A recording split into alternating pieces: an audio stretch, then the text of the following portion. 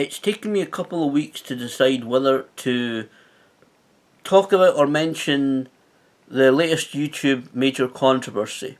I'm obviously talking about the Logan Paul controversy, his recent trip to Japan and his behaviour on that trip. A few days ago, YouTube put out a statement on Twitter saying that they were upset about the videos that he uploaded, that they expected better from their community of creators. And then a couple of days ago now, they issued a statement saying that they were severing all business ties with Logan Paul. His channel is still up. Just before I started recording this video, I checked, and it's still there. Whether he's banned from uploading videos, whether he could monetize any videos, what the situation there is, I'm not sure about, and I don't want to speculate. Apparently there had a few projects that they were going to work with him on that have been shelved, so what the entire ability of him doing videos right at this time, I don't want to speculate because I don't know the ins and outs of the situation, but his behaviour on the trip to Japan has upset a hell of a lot of people, and in my opinion, rightfully so. His behaviour on that trip, what he did was appalling, disgusting, and I don't think acceptable in any way. We've all seen the video, so I'm not going to break it down on what he did, and I'm not going to talk about the reaction of people, the reaction of the country of Japan, because there are people here on YouTube who have a lot of more experience than me. I've never been to the country. I don't really know any Japanese people. I'm not very much experienced whatsoever with Japan. There are people here on YouTube who have far more experience, whether they are Japanese heritage, work in Japan, live in Japan, that can talk about the kind of Japanese reaction and how they feel that his behaviour will have been met. The reaction that Logan Paul's behaviour has been met with by the Japanese far better than I could. People like Gaijin Goomba. There was a gentleman that made 12 things you don't do in Japan. There's a few Japanese people that's been on YouTube making videos. I can't remember the lady's name whose name was included in the YouTube statement a few days ago. What I do think, what I do know of Japan though, is that respect is still very much ingrained into the history and culture of that country.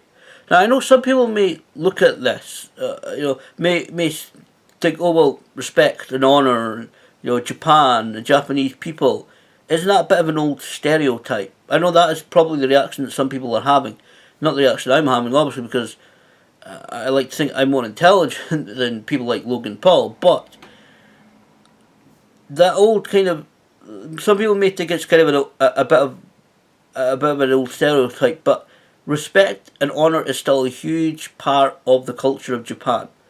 One of the subjects I talk about on this YouTube channel is professional wrestling, and a great example of how respect comes into the way that modern Japan does things was given a great example in April of last year. In April of last year, there was an American wrestler called BRAM. He was doing a tour in the country for a very traditional Japanese pro wrestling company called Pro Wrestling Noah. Now, at one point in the tour, while he was a guest in the country, and therefore kind of an employee of Pro Wrestling Noah technically, because they were paying him, he put up a picture on social media of him, taken by somebody, I don't know who it was, but of BRAM lying on top of a freezer in a Japanese shop. It's a horrible looking picture, and I know a lot of people even then reacted badly to it now. If only they'd known what would have been coming with Logan Paul, I'm sure they would have thought this could have been the height of Japanese upset. But that picture was appalling. As soon as Pro Wrestling Noah officials saw it, BRAM was pulled from the tour and sent home, and I don't honestly know whether he's been back to Japan since. So that's just an example of how respect is still very much alive within the culture of Japan, even in modern Japan. So I know that there's been many different cultural changes, and it's great to see how they've adapted and changed in that country. Like maybe perhaps one day I'll go there, but what Logan Paul did, his behaviour there, like I said, I don't need to break it down because we all see the videos. I honestly feel it was disgusting and appalling. Running around in the kimono and the hat, throwing the Pokemon cushion under the front of the car, jumping on moving vehicles, which is not only disrespectful but also dangerous, running around with a fish and the octopus leg, slam it against the window. His general behaviour was just, in my opinion, disgusting and appalling. It really was. I was really appalled at what I saw. Even regardless whether it been a very respectful culture and place like Japan, or whether it been running around the streets of Oklahoma or Berlin or Auckland, New Zealand, or wherever it is, I would have thought that behaviour disgusting and appalling. That's just where actually kind of my main point of what I really want to talk about comes into it, and that is personal responsibilities.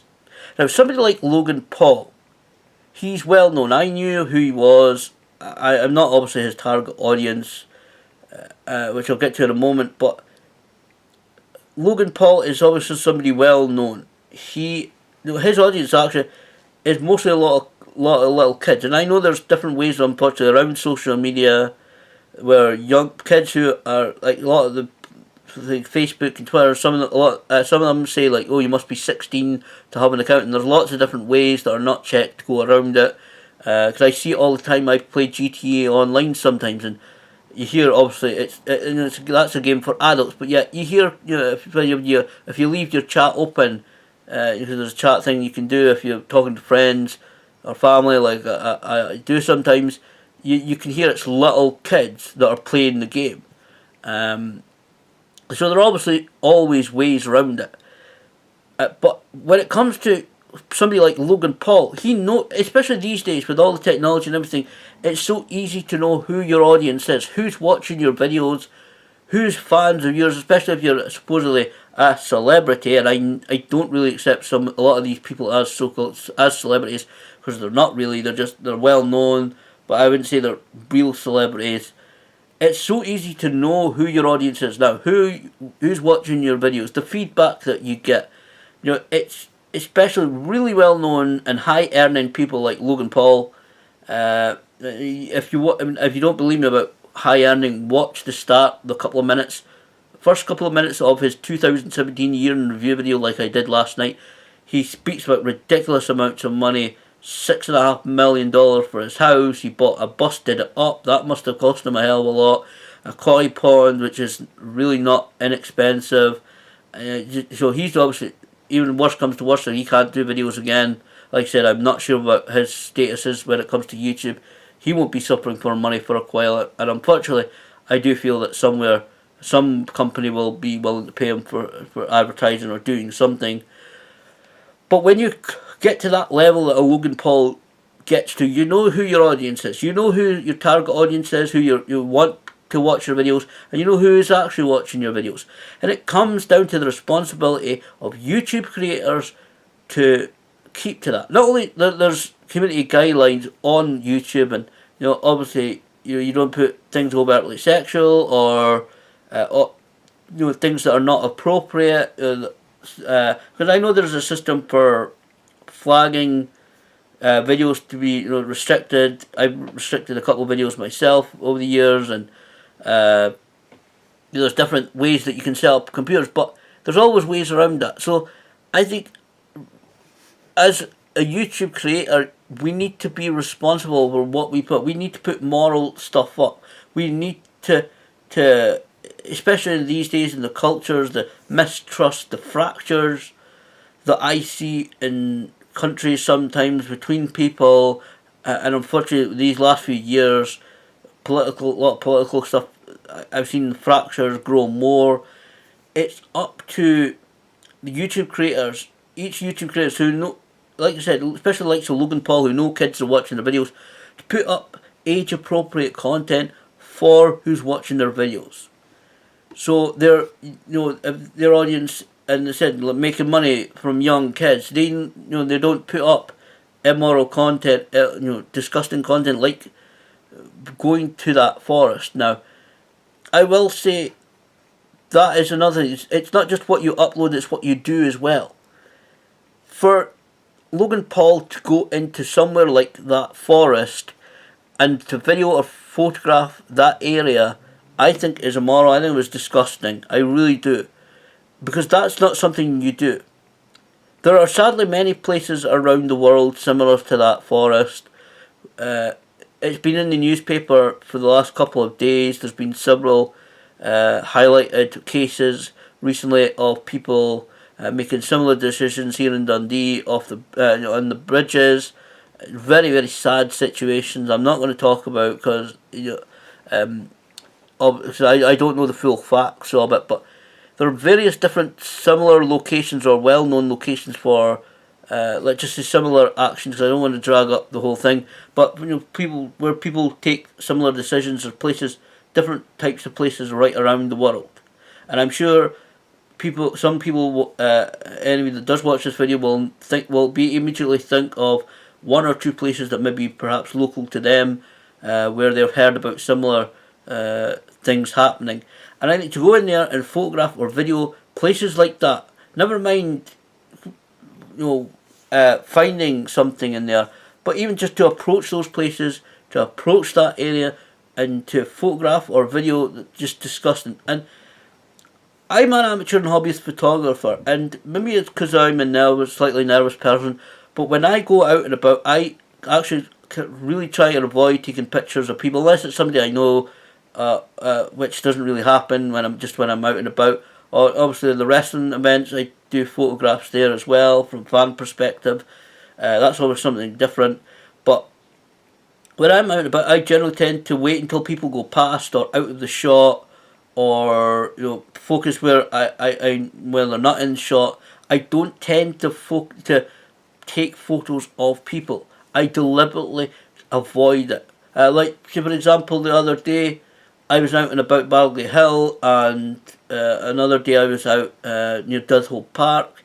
Didn't end up doing the video I wanted to do there. Well, I was going to take a picture of the castle, but there was a father with a young kid there on a bicycle, who were kind of right in the middle where I wanted to take the photo, and it was kind of out from kind of an up perspective, like on a hill.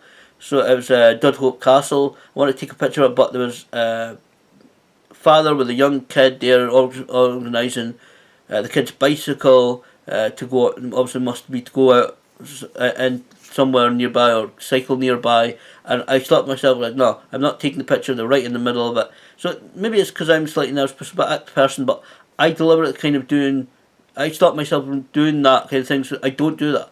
I don't take pictures of people. I've been approached by one gentleman who down the riverside one point when I was doing film for that Changing Dundee video that I did quite a while ago now. He asked for me not to film, and I wasn't filming actually. I was filming out over the river. He was kind of sitting on the benches upwards. He asked me not to film, and I was fine with that. I was happy with that. He explained why, and he didn't want to be photographed or filmed, and I was quite happy to respect his wishes.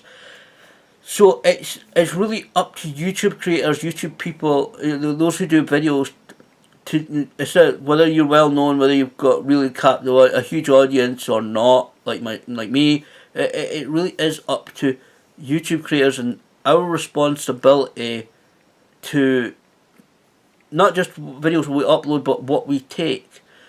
When it comes to being respectful of people and a respectful situation, whether you're in your local area or another country or wherever you are, I think it's a very important thing that's not really been said. It's been said by a couple of people, but I don't think it's been hugely said, that I think actually the power, it's the old Spider-Man saying, with great power comes great responsibility.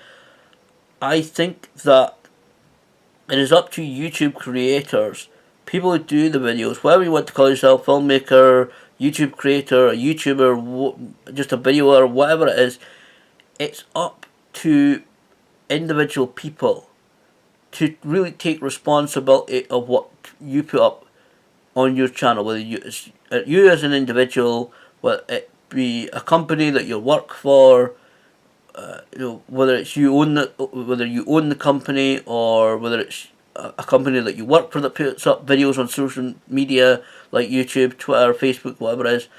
I certainly think it's up to each individual, and I think it's very important that we really start seriously thinking about this now.